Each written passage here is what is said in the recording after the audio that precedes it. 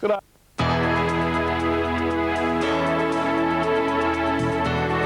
What more is there to say about James Bartholomew Cummings? Plenty. We can start by suggesting that at 70, there's no bigger name in horse racing, and along with Sir Donald Bradman, he's a living legend of Australian sport. Here's why. Light Fingers, 1965. Galilee, 66. Red-Handed, 67. Think Big, 74, and again 75. Golden Black, 77. Hyperno, 79. Kingston Rule, 90. Let's Elope, 91. And Safely, 1996. Of course, 10 Melbourne Cups, though, aren't the full story. In Cup Week alone, there's 5 Victoria Derbies, 7 BRC Oaks, and 5 Emirates Stakes. Put simply, no trainer in history has a better record of setting a horse for a big race and getting it just right. Even though Australian Cup stars like Dane Ripper and Saintly have been put to pasture, there's no thought of Bart joining them just yet. Rest assured, he'll be somewhere in the action today. After all, his Australian Cup record is also pretty handy. He's trained the winner a mere dozen times. And there was the little girl that gave him win number 12 here 12 months ago. The mighty Dane Ripper, and Bart Cummings today has Spying engaged in the AAMI Australian Cup. It's one of the outsiders in the race, but you'd never write off the master trainer Bart Cummings. What a wonderful view of Flemington Racecourse as we head into the stewards room now to the scales and the weight signal from Chairman of Stewards, Mr. Des Gleeson, brought to you by AAMI. Correct weight is there after the running of the Pura Milk 1100. Placings were 2, 10 and 8. Margins are half length by a neck, and the time just half a second outside the record, 1:2.8. So with correct weight, the dividends become official after race 6 on the card. And the winner, Zhivago, has paid $3.90 and $1.60. Second, Come to Order at big odds, $13.20. And third, Natural Is My Name, $4.10. A big trifecta, $2,552.30.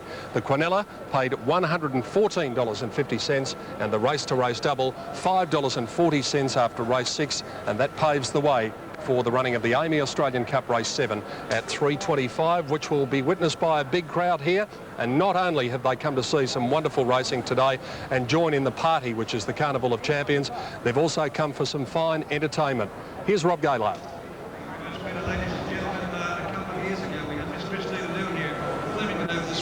We've invited her back again. Today she's going to sing My Island Home, but of course at the moment she's currently starring in the big musical Rent up there in Sydney. For Melbourne audiences, it's due to come down here on March 17. Ladies and gentlemen, Miss Christine Anu. Thank you, Rob.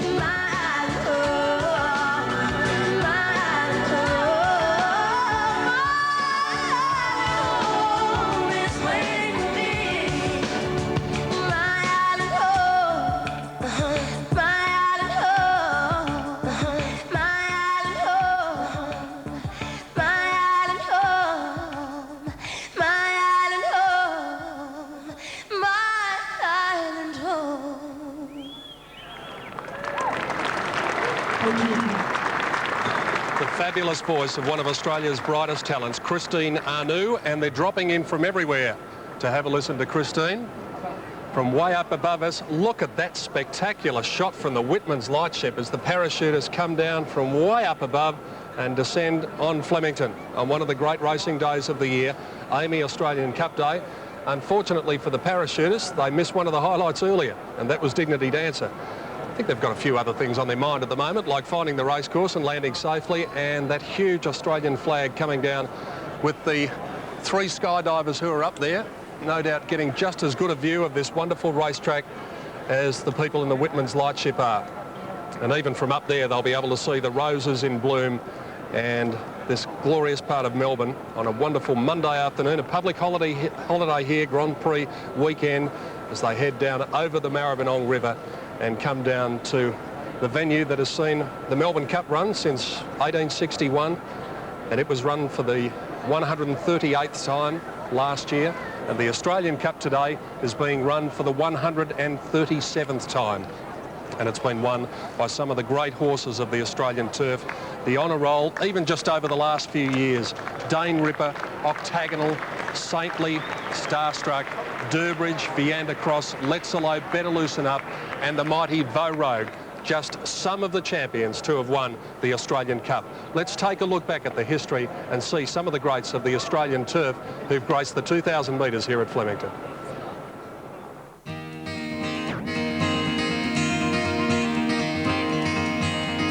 It's one of the oldest major events on the Australian turf calendar, having been first run way back in 1863, only 2 years after Archer won the first Melbourne Cup. But it's really in the past 20 years or so, when it became a weight for age event, that the Australian Cup became the domain of the very best gallopers of their time. The gallant grey Ming Dynasty not only won 2 Caulfield Cups, he also tasted victory twice in this great event, in 1978 and 1980. Sandwiched between Ming's triumphs, one of the great modern-day champions, Dulcify, came from nowhere to win in 1979. The horse he beat, also a champion, Manicato. And then that old rogue Hyperno added the Australian Cup to his Melbourne Cup, when Harry White booted him home in 1981. In his retirement, Hyperno was rewarded for his efforts, lovingly cared for by who else but Harry. The Australian Cup of '87 was memorable for any number of reasons. The clash of the reigning Cox Plate and Melbourne Cup champions, the mighty Bone Crusher, long odds on, versus the handsome imported stallion at Tallac. Bone Crusher's under the whip. At Tallac's a length and a quarter in front. He's got him beaten, I think. Now Bone Crusher comes at him. At Tallac a half in front. Bone Crusher goes to him. They hit it at Tallac's one of the nose. The photo showed Bone Crusher by an eyelash. The following year, the horse they were calling the modern-day Big Red was there again, pitted against the front-running emerging cult hero, Vo Rogue. But in one of the greatest upsets in Australian turf history, a 125-to-1 bolter produced the run of his life. 300 to go. They're not going to get this superstar. Vo Rogue's about 8 lengths in front of Dandy Andy. Bone Crusher can't get to him in Bahrain. At the distance, Dandy Andy's running on. Vo Rogue's 4 in front. Dandy Andy's getting to him. Vo Rogue's 2 in front. Dandy Andy's flying. He will get him. He's a boil over in the cup. Dandy Andy and Brent Thompson's got up to beat Vo Rogue. Third Bone Crusher. Before the corner, I could see that Bone Crusher wasn't going to be any threat in the finish at all, and I quite honestly just thought, at least I'm going to run second here. That was on the turn, and as I said about the furlong or the clock, I just felt that my ice was still going home, and I really did think I was going to win the race. But Vo Rogue was too good, too fast, too damn courageous to be denied his moment in the sun. Despite being opposed to stars the calibre of Superimpose and Our Poetic Prince in 1989, the Vo was just brilliant. Our Poetic Prince and Superimpose are not going to get to him, I don't think.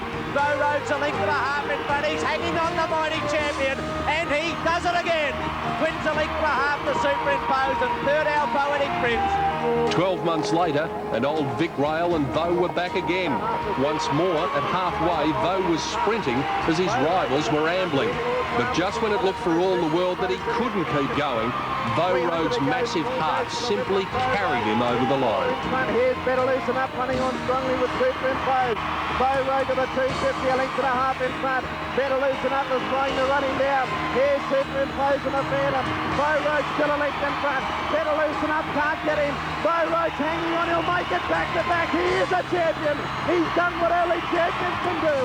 Could he do it again in 91? He tried, but on this day he was denied a history-making hat-trick by a galloper which was, at his best, practically unbeatable. The champs run to the front, Better Loosen Up and drew away 2 lengths to Beau Road and Prince O'Leary. Citizen can't go on, but we're seeing one of the great horses of the modern era. Better Loosen Up sprinting away 4 lengths in front of Beau Road. Prince O'Leary battling on the outside, but he is a true champion. Better Loosen Up on the Australian Cup.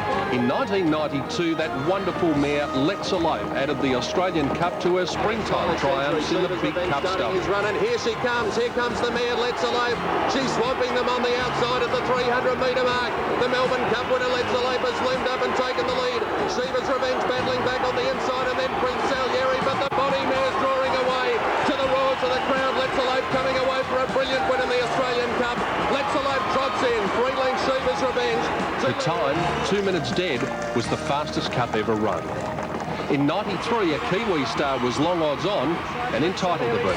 Down to the 250-metre car. Here comes the Cross over on the outside. He's after Farr and Durbridge. The Cross, Prince O'Leary in behind them.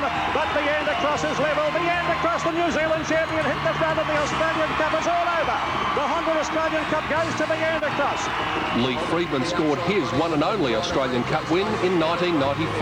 Durbridge looming up on the outside of the 350. Took the lead from Captain Cook. 2 lengths to Farr running on. Mahogany's trying to unleash his sprint, and then Pride of Rancho and Station Hand, but Durbridge dashed away. Inside the 200, Durbridge is well clear. He's 2 lengths in front of Mahogany running on. Then Station Hand and Captain Cook, but Durbridge, a brilliant winner in the Australian Cup. Durbridge does everything right and wins at a length and a half to Station Hand. Mahogany every chance third. Not even the presence of Melbourne Cup winner Jeune or one of the world's greatest jockeys, Lester Piggott, could stop the trophy going west in 1995. At the 300, Durbridge tackled by Station Hand. Here comes the Melbourne Cup winner, Jeune, on the outside with Starstruck. Station Hand at the 200 in front. Starstruck and Jeune are getting to it. Starstruck's taken the lead. Jeune's trying to wear it down on the outside. Starstruck just in front. Jeune coming at it. They go to the line and Starstruck's 1.5 head to Jeune. This day 2 years ago, the master Bart Cummings scored an amazing 11th Australian Cup win. And the horse that did it for him, one that was destined for even greater deeds. Safely hit the front of the Australian Cup and as well clear in the final stages. Safely drew away. Nothing like a Dane can't go on. People on the slide finishing on, but it's Safely's Australian Cup. Safely wins it well. Nothing like Flemington. The horse likes it, I like it, and I like the prize money. It's all great. In 1997, a huge crowd was on hand principally to watch one horse, the Big O, Octagonal, racing in Melbourne for the very last time. Could a racing fairy tale come true? Could it what? 400 metres out in the cup now. Istadad takes the lead. Juggler down the outside. Octagonal is joining in with a good run. And they're followed by Magnet Bay and further back Gold City getting up along the inside. Juggler's taken a slight lead. Istadad, Gold City finishing very fast. Octagonal deeper on the track. It's Juggler just in front with 100 metres left to go. Gold City along the inside finishing very fast. Octagonal diving at them. Here's a great go as they hit the line. Oh, very tight Octagonal. Gold City just ahead of Juggler and Istadad, and a terrific finish in the Australian Cup. Even the hardest of characters had tears in their eyes on this memorable day. I started to dig my knees right into him and found that extra neck. Only champions can do it, and he certainly did today. It's great to see a champion back. Good on you, Shane. I'll certainly remember until I go to my grave. I can assure you, it's something. These are the sort of days you don't forget. As I said, it's great for racing, and I'm just lucky enough to have the privilege to train a horse of this ability. So. As I said, he's something I'll never forget. Last year, Bart Cummings stamped his name on the Australian Cup for an amazing 12th time. Stephen King and Dane Ripper were both all class. At the 500-metre mark, second coming in front. Always a Loop is under pressure, and further out Dane Ripper, who's been tailed home by Marble Halls. Court of Honour held up to the Batavian, further back Rustic Dream Delinquent, and Doremus. Dane Ripper going well. Goes up to second coming at the 300-metre mark. Now King lets her down. She draws a half, now a length in front. Over second coming on. Look at a sprint now for Bart. Oh, away she goes, Dane Ripper. She put 3 on Marble Halls. And running on is Delinquent. It's 4 lengths. Shortly, $1.25 million is up for grabs in the highlight of this year's Carnival of Champions, the Amy Australian Cup.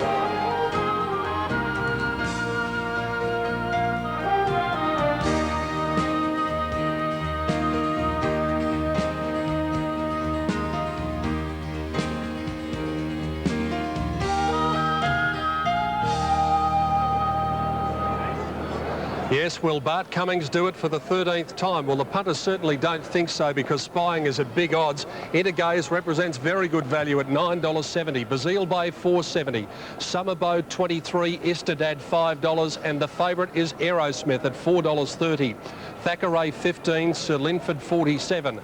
Over the page to Our Unicorn showing $10. Spying $17 at good each way odds. The Message, the Kiwi Raider $31, and the other Kiwi Dansk at $8.40. That's what tote punters have made of the big one, the $1.25 million Australian Cup. And there is the magnificent trophy that will be going to the connections of the 137th winner of this great race. $1.25 million in stake money and plenty of prestige attached, and that's what has brought a big crowd here to Flemington. Some of them are out on the lawn. Many of them at the moment are in the betting ring. Mark Aston is one of them. Yes, good on you, Peter. Real buzz down here and lots of activity. There's lots of money flying all over the place. I'm not getting too much of it. Bazile Bay, Istedad, Aerosmith and also Dansk. They are the 4, Pete, and a couple of points further out. Intergaze just walked through. Thank you, sir. Intergaze and also Our Unicorn. What about Christine Arnoux, Pete? What a wonderful singer. You'd never consider going back onto the international singing and dancing again? No, not really, Mark. I thought I'd leave that to you. Thank you. Mark Aston in the betting ring, hopefully getting serious with his punting on the Amy Australian Cup. We've got a break coming up. The feature is about to happen here at Flemington, one of the great races on the Australian turf, and we'll be back to watch the Amy Australian Cup, the 137th running, in just a moment and preview the runners.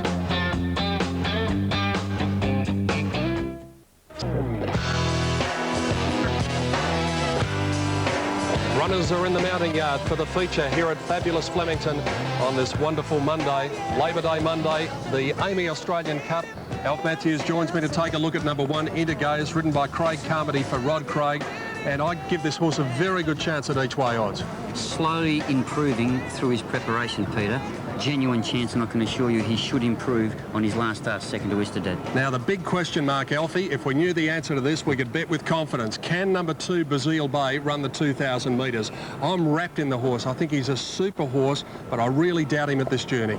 After he won the Ampole at Flemington over the spring, terrific run over the mile. Personally, I doubt him.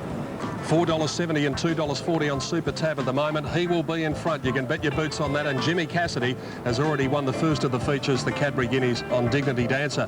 Number 3 is Summerbow. Johnny Marshall, the rider for Bob Taylor. Well, I suppose the track will suit him coming from Western Australia. Yeah. But look, his run last start, he's only been beaten 1.9 lengths behind Thackeray. And so if you think Thackeray's got some chance in the race, hey, not the worst. Istedad over the years, Alfie, has been a bit of a gunner, but he found the winning line in impressive fashion in the St George at Caulfield last start. Greg Childs, the rider for Peter Hayes. 7-year-old, 34 starts, not knocked around, and that's why this horse is now showing what it's all about. This horse is in tremendous form, and in my eyes, he's the one to beat. The tote favourite is number 5, Aerosmith. This horse was a leading contender for the Melbourne Cup here. Damien Oliver is the rider, trained by Peter Hurdle. We saw him during the spring, and he really did race so well. He's gone back to New Zealand, had a short break, come back, won his last start at Tarapa, and he's here 100% fit. Big step up in class for number 6, Thackeray, but he's handled everything put before him so far. He's won his last 4, and he's trained by one of the most astute men in racing, John Hawkes. Certainly, Peter, and 6 months ago you would have said this horse would have no possible chance in racing up to this sort of grade. Yeah. He's continually improved, and his last start, covered ground, solid win. What about Peter Merton's mount? Delphi number 7, Sir Linford, trained by the veteran Jim Houlihan. It'd be lovely to see it happen, but really we have to wish him all the best. Yeah, big odds, $46.90 on Super Tap. Number 8, Our Unicorns, another one I give a chance to. Colin Alderson is the trainer. Greg Hall, the rider. This horse, well, it was well documented how unlucky he was not to get starts in the races over the spring. Maybe this might be consolation. Yeah, one thing you can be pretty much assured of, he's going to be back near the tail enders. They've gone for Greg Hall today, the strongest jockey that rides in Australia now, and a little wake up behind the back of the saddle might just help him. About 15 or 16 months ago, I thought Spying was a real contender for the Victoria Derby. Here he is, to be ridden by Danny Nikolic, trained by a fella called Bart Cummings, who I think knows this race. Yes, he certainly does. Look, Bart wouldn't be bringing it all this way for nothing. He won at Eagle Farm last start. OK, only over the 1,600 metres. It looks hard to see him win this race, but Bart's done it so many times, he makes you look stupid. The other big question mark in the race is the Message, number 10. This horse almost straight off the plane from New Zealand, to be ridden by Linda Ballantyne. Can it do what Kiwi did here in the Melbourne Cup in 1983, jump off the plane and capture the big prize? Well, again, Peter, if we think Aero Smith's got a genuine chance, and, you know, the accepted thing is that it has, this horse ran second to it at Tarapa, come out and won its next start back in perhaps its own class. This has to be considered. And interesting that number 11, Dance, the O'Sullivan family decided to bypass the Cadbury Guineas, maybe because of Dignity Dancer, or maybe because they were more confident of victory in the Australian Cup, and it's right in the betting. Well, I think at the weight for age scale, he probably gets into this race just a little bit better than its set weights of the Guineas. Look, famous family in racing and has to be respected. I've actually put it into my first 3. All right, what is your top pick in the AAMI Australian Cup? I'm going to stick with Istedad, and I'm going to throw in Aero Smith second. Yeah, I thought Aero Smith might be able to win. Basile Bay will be in it for a long way at the 2,000 metres. There's the map. We've only got a field of 11, so they should have posies, and it's going to be a genuinely run race, no doubt about that. There's the field going to the stalls now in front of the hill stand here at Flemington. There's the trophy that awaits. It's $1.25 million, and that $5,000 trophy. Bart Cummings has held that trophy aloft as the trainer on 12 occasions. Will it perhaps be Rod Craig, the winning trainer today? There's his horse Intergaze heading to the stalls now, parading up past the packed grandstands here, going up to the clock tower, turning around and beginning his preliminary. So Intergaze heading towards the start. We just have Greg Miles on the public address at the moment announcing the field to the big crowd here at Flemington, and then we'll be hearing the national anthem from Christine Arnoux. Mark Aston has been keeping us up to date on the betting ring, and he will bring us any late moves here for the Australian Cup. In fact, I think we might be able to join Mark now. Any late money for anything? Yes, there is, Peter. Good money for Basile Bay, and Basile Bay is now the outright favourite. Aero Smith and Istedad have all been pretty solid, and a bit of late money for Intergaze as well, Pete. All right, yes, and not surprisingly, Mark Intergaze, I think, is pretty good each way value. We just saw him going up to the start. Let's take you to our Master of Ceremonies, Rob Gaylard. Thank you, Peter. Ladies and gentlemen, we welcomed her here a little bit earlier on. We welcome her back to the stage to sing Advance Australia Fair. Ladies and gentlemen, the star of the musical Rent, soon to be here in Melbourne, Miss Christine Arnoux.